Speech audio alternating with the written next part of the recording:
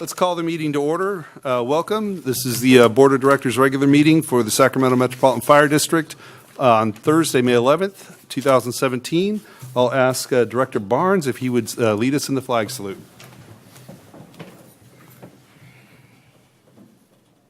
To the flag of the United States of America and to the republic for which it stands, one nation, under God, indivisible, with liberty and justice for all.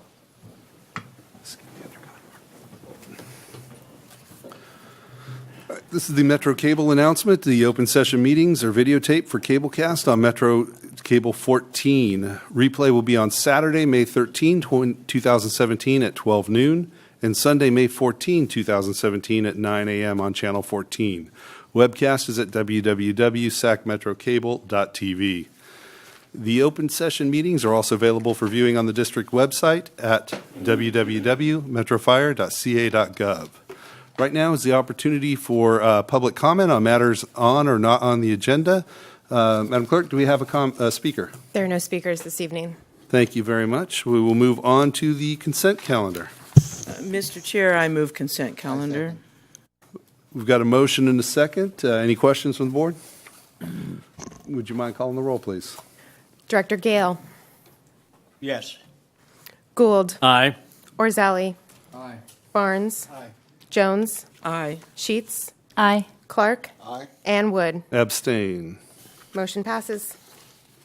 All right. Right now, we're going to recess to closed session, and we will be back shortly. Thank you.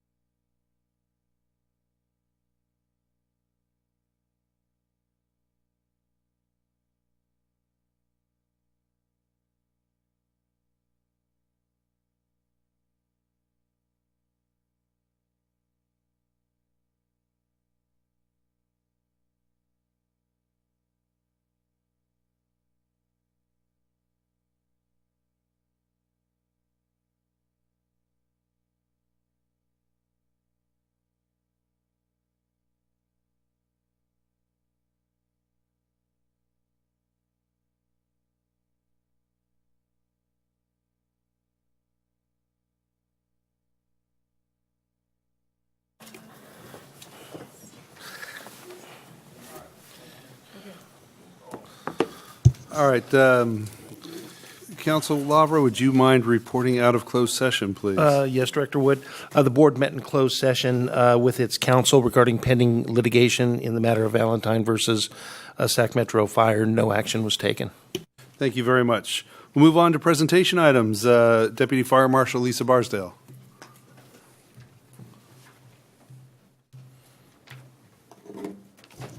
Good evening. Good evening, Mr. President, Board of Directors, and Chief Harms. My name is Lisa Barsdale, and I'm the Deputy Fire Marshal assigned to the Community Risk Reduction Division. One of the essential missions and number one priority of Metro Fire is to deliver the best possible service to our customers. We do this through our efforts in emergency services, community relations, and fire prevention. Tonight, we're here to focus on the fire prevention aspect of this delivery.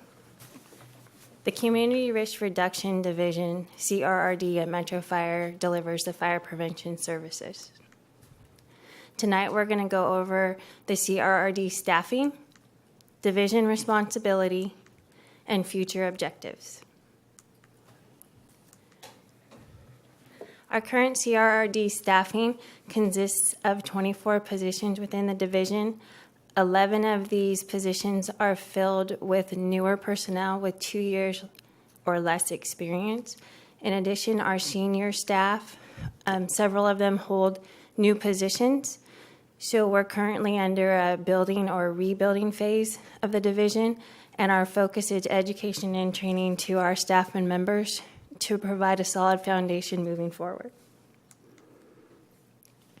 The division responsibilities consist of plan review and construction inspections, fire and life safety inspections of existing occupancies, which we commonly refer to code enforcement efforts, and exterior hazard mitigation, which is also known as weed abatement. Our plan review construction inspections consist of us reviewing new building and tenant improvement projects to ensure compliance with fire and building codes, perform construction inspections to ensure fire and life safety features are installed correctly and are operational. Our current year-to-date statistics for the division, that we've reviewed approximately 2,800 plans, and our fire inspectors have conducted 3,300 construction inspections. The next aspect is our fire inspection program.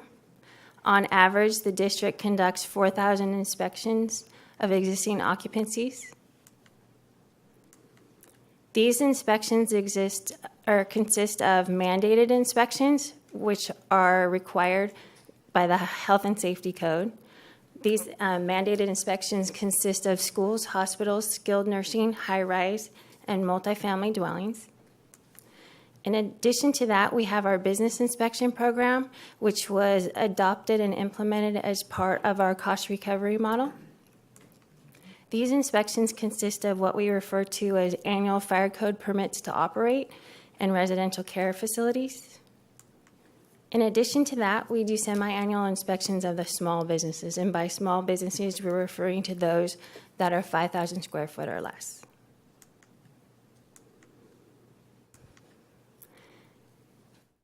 The final task of our division is the exterior hazard mitigation, which is more commonly known as weed abatement. This program commences as we transition to the fire season and ends with the first significant rain and fall. This process involves inspections and notifications to the parcel owners, and the entire process averages about 75 days. Once the complaint's received, we inspect to verify the parcel for noncompliance. If it's found to be noncompliant, we write an initial notification and provide 3 subsequent inspections, or up to 3, which included a final posting, and once the final posting is taken place, we can refer the parcel for abatement by our external vendor. In 2014, when the CWPP was implemented, we transitioned from a simply enforcement activity to more community education and awareness to attempt to gain compliance. We've realized in the last 3 years that this program has been implemented, we've reduced the number of parcels to nearly 100%. In 2016, only 1 parcel was actually abated. And then we've implemented the use of technology to increase efficiencies, but also to provide us a means to analyze the historical data. An overall productivity analysis fiscal year 2016-17 statistics by division. 3,400 plan reviews will be completed, with 60% of those being outsourced to our approved vendor. Approximately 9,200 field inspections will be conducted. This takes into account construction, weed abatement, and our fire and life safety inspections. 850 of these field inspections will be completed by our operations branch as part of the fire company inspection program. The statistics break down by inspector. Each inspector within our division completes approximately 700 field inspections. In addition to that, 130 plan reviews each. Taking a look at the national statistics, on average, a senior inspector would complete between 800 and 900 field inspections. When you consider that the majority of our staff is still in a 2-year training program, and the fact that they're reviewing plans as well, I believe our staff should be commended for the efforts they're putting forth.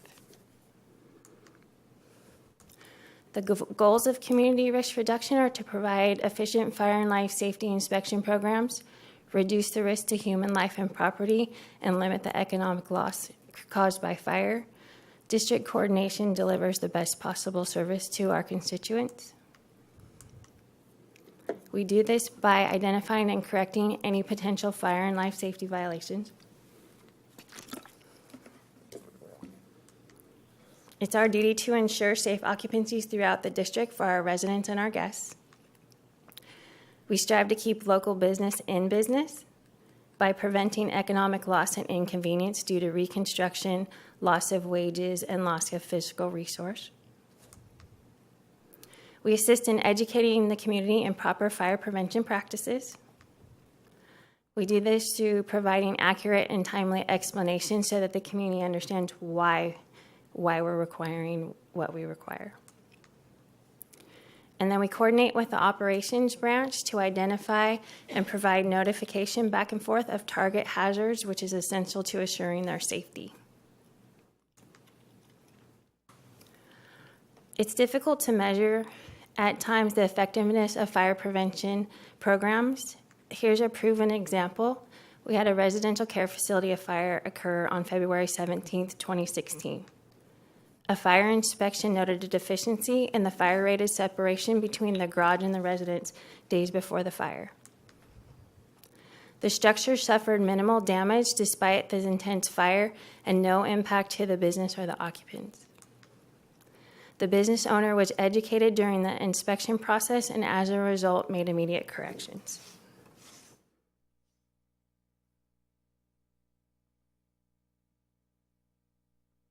And I'm going to show you the story that followed the fire.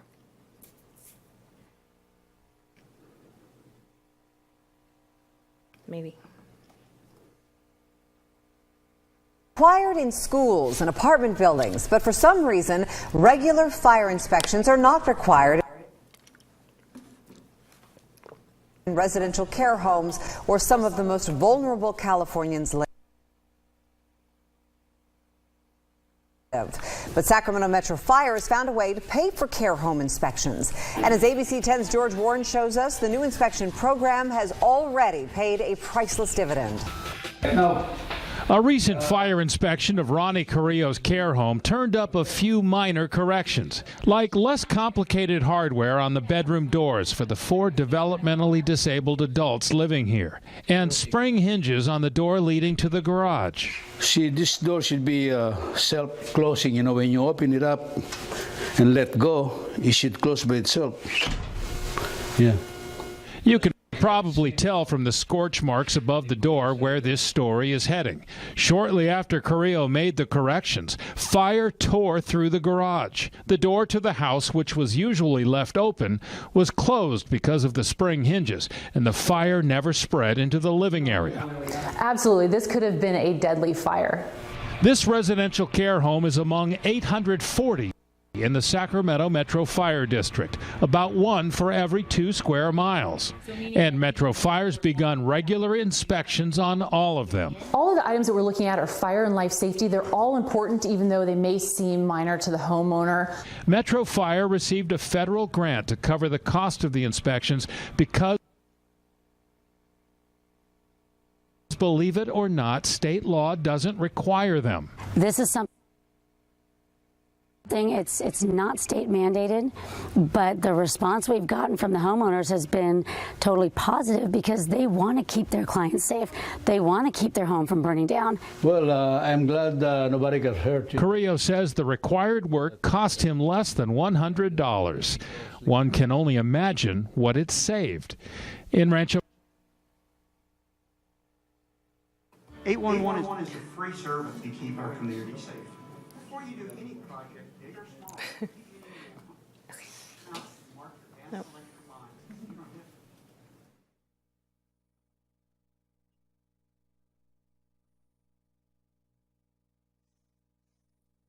Bear with me for a second. Future objectives for our division. We're going to continue collaborative work with regional fire agencies to revamp our local amendments to the fire code. Those are projected to enter a hearing process with Sacramento County and both of our cities in July. The evaluation of inspection programs and revision to the cost recovery schedule have just begun with a projected hearing entry date of August 2017. Continuous and enhanced coordination with the community relations provide community-based education and outreach to our constituents. In addition, assistance and coordination with the operations branch help us identify target hazards, training, and help ensure their safety on response. And then if there's any questions. Thank you very much. Any questions for the Deputy Fire Marshal? Director Gale? On your program, your preventative program, some years ago I was on the ombudsman program. Do they, because on those inspections, do they kind of coordinate with you, because this preventative thing is as money's worth, easily, and the number of vacant properties in a lot of areas, commercial, and there are quite a number of single homes there. But there is a cost for resources to do that. If the resources was there, could we add more people to do that? For instance, in Oakland, there was no inspection or something. Nobody was coordinating or something. And we are fortunate we have the great relations and we don't have that. And the program we had for alarms and what have you is a plus for us. You got it? We provide inspections to our businesses throughout the district, and we do coordinate with the building owners and other outside agencies, whether it be code enforcement, our county hazardous materials, and other agencies to ensure that these businesses are safe. Fantastic. Yeah. Any other comments or questions for the Deputy Fire Marshal? Director Gold. Thank you. Chief, thank you very much. I'm blown away by the volume of work that you've shown us tonight that your men and women are doing in your organization there in that division. It's just phenomenal, the number. And kudos to all of them for doing so many inspections and all of that goes oftentimes unrecognized. I mean, you know, who really even cares about a field full of weeds until it catches fire? Yeah. But what a wonderful thing you all are doing, and obviously the numbers are showing that it's having a big impact, and by that video we see that it's saving lives as well. So I'd like you to just share with the staff that work with you that it's a wonderful thing to see how much hard work they're doing as well. Thank you. Thank you. Thank you. Director Rosali? One question. And I reiterate what the director just said. This is phenomenal work. A question about sustainability. Since this is a federal grant, this is a renewable federal grant. What are we thinking? So the federal grant was for a period of 1 year. And we evaluated the inspection program and process as we went through that grant period in relation to these residential care facilities. We put them on a biannual inspection frequency. At the end of the grant period, we were able to check back in with a number of these facilities to make sure that they were continuing to stay code compliant. And we were also able to offer them the ability and provide them with smoke detectors and carbon monoxide detectors, which seem to be one of the largest violations that we found out in these facilities. So this fall, we will begin the reinspection process, going back through those homes and really being able to evaluate whether our education programs and the information we provide them on initial inspection was sustainable. And so let's assume now that what you find is that there's an obvious demand and clear benefit. Do we have some thought about how do we fund it, future tense? So these would be one of our unfunded liabilities. We're prohibited from any cost recovery measures on residential care facilities, the small 6 or fewer facilities. There's legislation that prevent that. That's some smart stuff, right? Prohibited? Brilliant. We are. Okay, thank you so much. Thank you, Director. Any other comments or questions? Thank you for that presentation. It's outstanding. Thank you. President Wood? Yes, I'm sorry, Chief. I just, your comments, and I think you guys are thinking where we're at, is that our challenge in that area is the staffing. And with the growth that's happening in our recent meetings with Rancho Cordova and our meetings with Citrus Heights, is the demand for inspections, new construction that is going on. When we come with the budget to you, and as Lisa said, it takes us 2 years to take an inspector through a training program to where they really feel confident that they can go out and represent the district.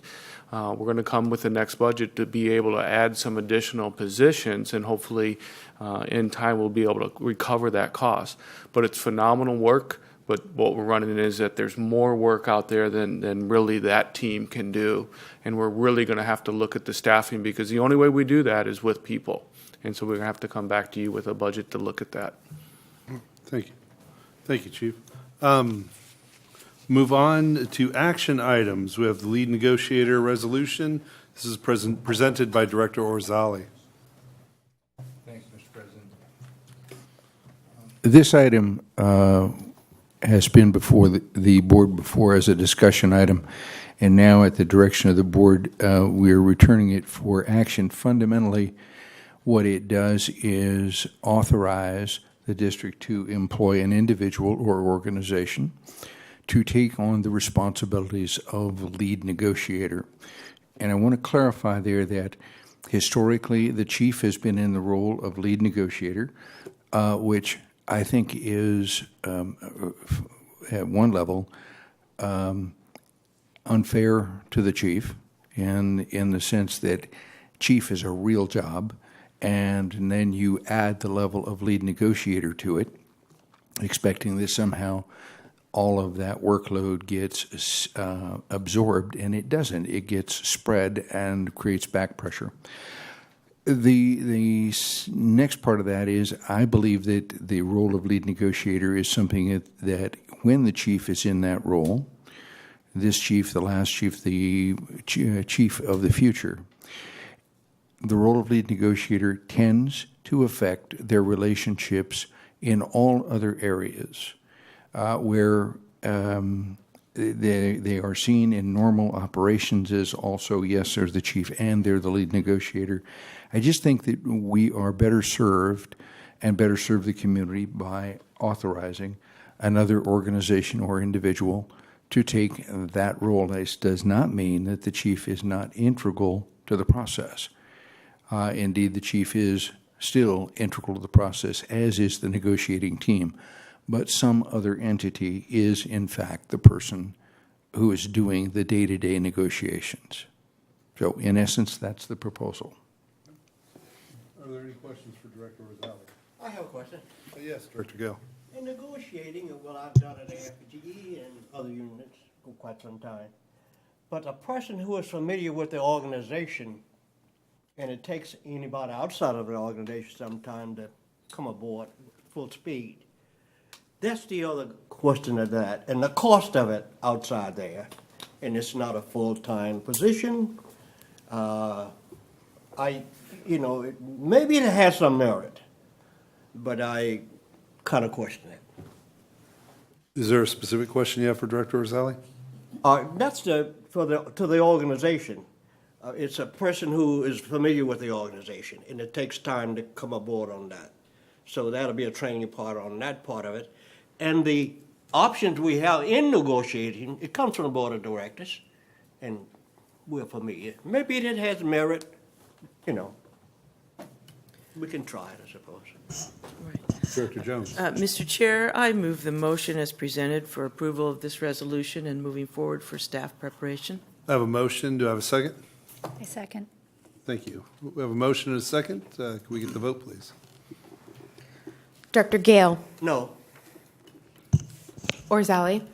Aye. Barnes. Aye.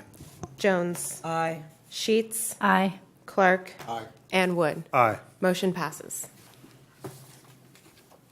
All right, next we have an action item presented by the board clerk, Melissa Padilla. Good evening, President Wood, directors, Chief Harms. Tonight, the board has the option to nominate an employee to the California Special Districts Association. They are calling for nominations in their Sierra Network for Seat C, and it will be for a term beginning in 2018 and ending in 2020. Metro Fire is able to participate in this nomination because they are an independent special district in good standing with CSDA, and they are eligible to nominate a board member or a managerial employee. It should be noted that the incumbent, Mr. Pete Campa from Saddle Creek Community Services, is planning to run for re-election. On your staff report, there was a list of several items that the successful candidate would be expected to do if they were successful in their nomination and election. And those items include attending the CSDA board meetings, participating on at least one of their committees, attending CSDA's 2 annual events, and completing all 4 modules of CSDA's Special District Leadership Academy during their term. So you have the option to discuss that this evening, and if you so choose, to nominate someone. And we would anticipate sending any nominations in no later than the deadline of May 19th. And we will see a ballot in the coming months, and they will be due on June 2nd. I would be happy to take any questions. Do we have any questions for Ms. Padilla? No. Do we have any nominations that we'd like to make for this position? Let's just confirm that there's not a managerial member of the staff that can take this on. It's a lot of time commitment, that's for sure. I was not notified of a member of our staff wanting to serve in this position. Sounds like we're moving on, President. There is definitely no action necessary, so. Thank you very much. Appreciate the presentation. Moving on to the President's report, I just want to say that I had the honor of attending Cap to Cap this last week with Director Jones, Chief Harms, and Chief. I want to just make a public statement that Chief Johnson did a phenomenal job. We had some wonderful meetings with Representatives Matsui and Barra, as well as others, the Department of Health, and one of the oversight committees. Chief Johnson did a phenomenal job leading those discussions and setting the meetings and making sure we all got where we needed to go and that the agenda was covered. So I want to just publicly say thank you to him. So thank you, Chief. Moving on, the Fire Chief's report. Good evening, directors. Just want to echo what you said about Chief Johnson. And I really didn't realize being a freshman I was going to have to work so hard back there. That they really take that quite serious about being the freshman back there. For me, going on to the Cap to Cap trip was good to be in DC, but what I found was the ability for the relationships of folks that you just don't see every day here. And I think there was over 360 folks there. And people truly, for the most part, engaged, are there, conversation, and it was a very, what I would say, a very productive trip. And financially, it was well worth the money that was spent by the district to support the members to go. Also going on, it was kind of be an interesting week. We had meetings with Supervisor Cerna about some fire prevention things that were going on within his area, but also something that I think maybe in the future we'll have John Barsdale talk with all of you about butane and the use of butane in hash oil, correct? Wait, pardon me? Honey oil in the cooking, and the Supervisor Sarna had came to us and asked for the fire service to come and support limiting the amount of supplies, and you guys have all seen it, and Director Barnes, I see you shaking your head, is that it has some of the incidents and fires that we've had out there and the injuries and the amount of people that have been in the burn unit locally because of that. And so we supported him, and that is moving forward. I also attended the DA's Public Safety and Community Appreciation Luncheon last Friday. Myself and Director Gale was there representing the district, along with Chief Johnson and other folks that were there. We have been spending a lot of time in this last week and a half going over the budget and getting ready for the budget cycle coming up. We had a command staff meeting, a smaller meeting with some of the budget folks, and Local 522 going through and looking at the budget and some of our challenges. And Director Sheets came and spent some time with us in the room here as we went line by line through the budget and kind of put people on the spot of what do you have and what are you spending and where are we going here. Met with the Citrus Heights City Manager, Chris Boyd. Had a really positive meeting, and again, it goes back to fire prevention, and his one takeaway for me was the ability to start the 2x2s again, and what they would really like is to get back to, before the budget cuts, of getting someone back over into the office over there. And part of it is customer service, but what they're seeing is just growth is starting. And part of that growth is going on there, and I have a meeting coming up with Rancho Cordova that Chief Johnson put together, and I'm pretty sure they're going to say the same thing, is that customer service side and moving those permits through and not slowing things down. One of the things that myself and the deputies are doing, and we started yesterday, in 6 days we're going to meet with every member within the district. And we started yesterday, and we had 4 meetings yesterday, 2 over at Station 21 and 2 here in the office here. The members were great, that there was a lot of movement in the system, but we feel real strongly. We have some videos that we'll send out. We have some letters that we'll send out, or some memos, but we really wanted to sit down with every member within the district and talk about communication, what's going on, myself as the new fire chief being here, the executive staff being here. One of the things that I do is go through, and I have done a survey with the members, and we've talked about what's going good in the district, from my observations and their observations, what's our challenges or what our struggles are right now, what our challenges that are coming up in the future, and then who are our future leaders. I will say most of the meetings start off very quietly. We ask if anybody has any questions, and everybody sits and stares at us.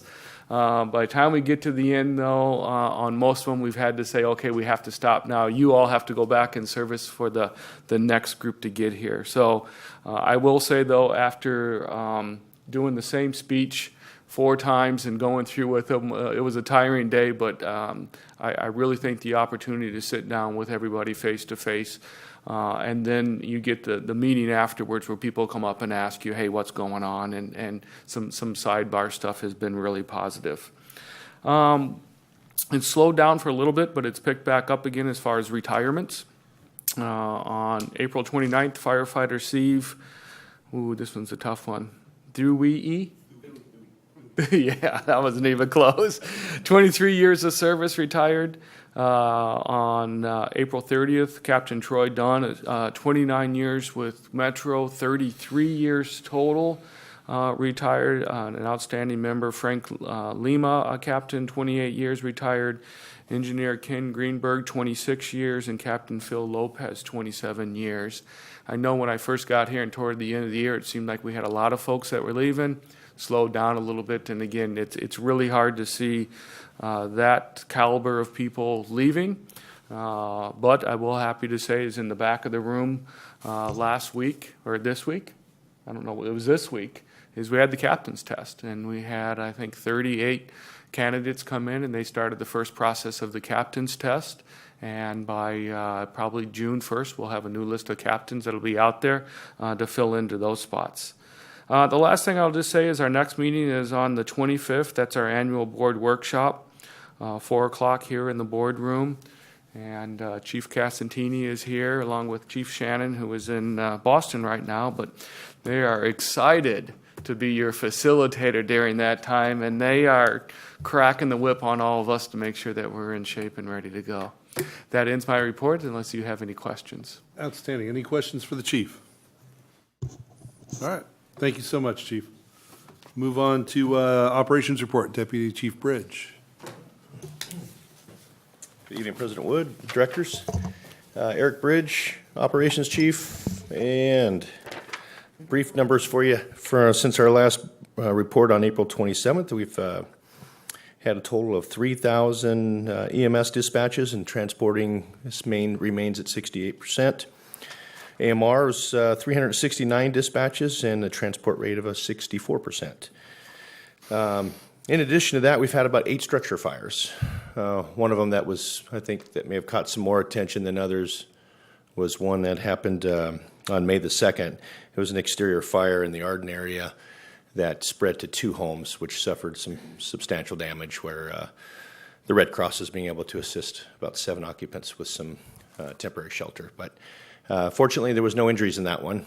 And then recently on Tuesday, most of our resources ended up responding into South Placer's district to assist with a structure fire there, which was more of a hoarder house, which was unfortunate due to the access. Trying to get into that one didn't have a successful outcome for the occupant there. However, that investigation is still ongoing by Placer County Sheriff's Office. But it was our resources that were there that assisted in extinguishing that structure fire. So if you heard anything about that, that was us, Engine 27. That's that area of our district there that we respond to on the auto aid, but it's technically in that Placer County area. That concludes my report, unless you have any further questions. Do you have any questions for Chief Bridge? Okay. Thank you so much, Chief. Moving on, firefighters local 522. Good day. Good evening, President Wood, Board of Directors, Chief Harms, and staff. John Barsdale, Director of Local 522. Don't really have anything to report out major other than mark your calendar for June 24th for the Firefighter Burn Institute's Tropical Affair. And that's all I have to report. If you have any questions. Any questions for Mr. Barsdale? Thank you so much. We'll see you on the 24th. Moving on to committee and delegate reports. Nothing to report for the executive committee. The Comm Center JPA, Chief Johnson.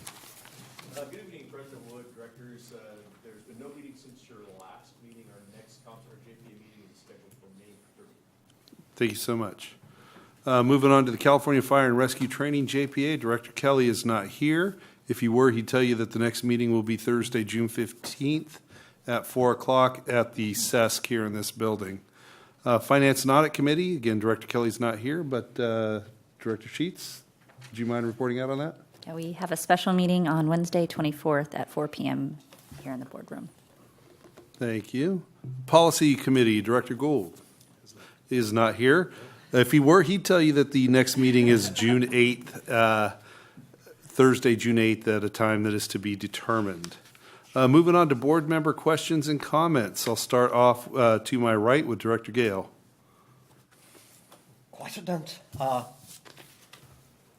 I attended the communication center. It was yesterday, and got some brochures there. Hadn't been there quite a from all over Northern California, equipment and what have you.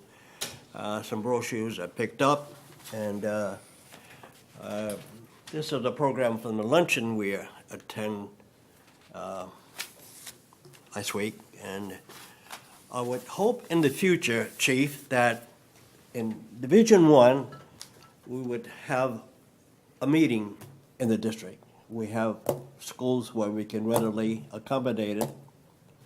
And for the summer camp, I passed out applications to 4 elementary schools. And I don't know whether you got any reports back yet, those who plan to apply. But the youngest one, I've obligated myself for paying for their fee for going to the summer camp. If they are selected to go, I'll pay $100 for 2. Preferable a person who is 11 years old. They would get the first shot at it. And at Sierra View, Joyce, Hillsdale, and Village School, I passed out the application to. Those are elementary schools in my neighborhood. Okay. All right, Director, I believe if you communicate with Brenda Briggs, she'll be able to let you know the status on those. Yeah, okay, good. All right, Director Orzali. No report this evening. Moving on to the left, Director Clark. I have nothing, Mr. Chairman. Thank you, Director. Director Sheets? No comment. Director Barnes? Thank you, Mr. President. I just compliment the chief and the staff to get out and meet all the employees and the transparency in that. Kudos for looking for the future leaders. That was something in the selection process we were hoping to find, and I'm glad that you're looking within because we know we have future leaders in this organization. Still amazed about the operations as far as how many transports we're doing. It's great work by everybody. As we know, it's heating up. Let's get those weeds cut down. I mean, the reality is, especially out where I live, I know we got a lot of farmland. So I appreciate all you do and the staff that coming up. We have a holiday weekend, Mother's Day coming up this weekend. You know, if it's appropriate, spoil as much as you can because give thanks to the mothers in the world that have been there for us. So thank you. Thank you, Director. Director Jones? First of all, 2 items. One is a big thank you to the Community Risk Reduction Division because, wow, those numbers are, for me, off the charts. Those are big numbers. Thank you very much for that report and all the work that you and your staff put in to get those numbers up so high. It's humongous. And again, a shout out to the Metro family here, especially the folks. The topic is the cap-to-cap trip. And Metro continues to be a very, very viable, almost kind of a catalyst to help improve emergency delivery service in our region. And I'm very proud of the work that staff has done to continue. This is work that takes more than 1 year, many years, in order to facilitate getting our citizens to the appropriate level of care that they need to be. It's a huge task. It needs to be coordinated with federal, state, as well as local groups, hospitals, insurance companies, legislators. It takes a lot of effort, and I'm very, very proud that Metro Fire continues to be such a viable and integral part of this process. Thank you, staff. Thank you, Director. There's not much more to say, but I would add, once again, mark your calendars for the 24th. I've been to 3 of the tropical affairs, and they're all outstanding. They get better each year. And I've only seen Director Jones at the last couple. So come on. I hope to see more. I hope to see more people that sit up here there this year. It's a great time. Our next meeting will be May 25th at 4 o'clock. It's a special meeting, and look forward to seeing you all then and there. Until then, we're adjourned. Thank you. Thank you.